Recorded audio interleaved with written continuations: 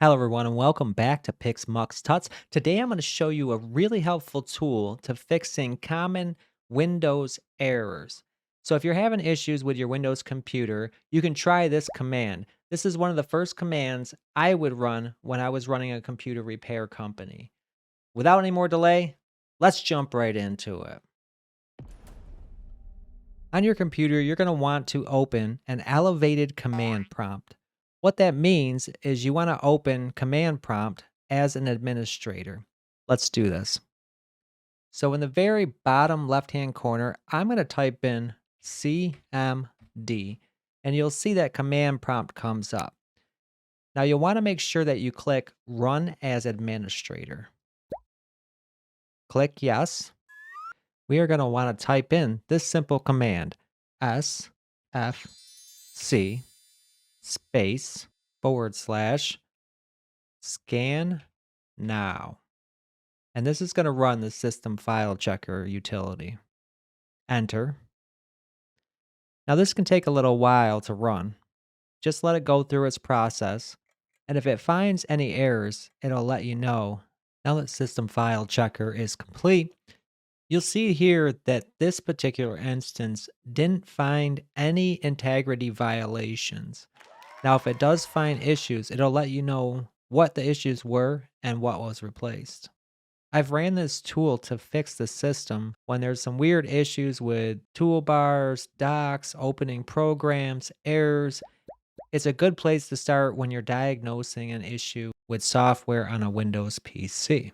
The second step that I would do if I was trying to find issues on a Windows computer and repair them is I would run the check disk utility. I'm going to show you how to run check disk without running system file checker. Now you can run check disk right after running system file checker in the command prompt. I'm just going to start from the very beginning and we're going to open the elevated command prompt. Again, we're going to type in CMD, run as administrator. Yes. You're going to want to type CHK for check, DSK for disk. Now we're going to choose which disk we're going to want to check. So in this case, it's going to be C. So space C colon. Now, if your Windows installation is on a different drive, you're going to want to put that drive name in here. So that drive name may be D colon or E colon, etc. Now we want to type space / F, enter. Check disk can't run while you're running on that current drive. So we're going to click yes or Y, enter. Now we're going to want to restart the system. So I'm going to close that,